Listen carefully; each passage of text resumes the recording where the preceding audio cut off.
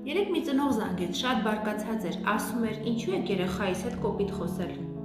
Հարցրեցիր, ինչ ես ասել։ Չէ, ուղղակի նեղացած տոնով ասեց, բայց ես հիշում էի, որ շատ նրբանկատորեն էի դիտողություն արել։ Ու ինքը միանգամից անցավ պաշտպանողական արձագանքի։ Դե այո։ Ինչ կանեիր դու, եթե այդ պահին հեռախոսը քո ձեռքին լիներ։ Ես ամենից առաջ կասեի, շնորհակալ եմ, որ զանգել եք, կարող ենք հանդարտ խոսել։ Ու հաստատ կփորձեի ոչ թե բացատրել, այլ լսել,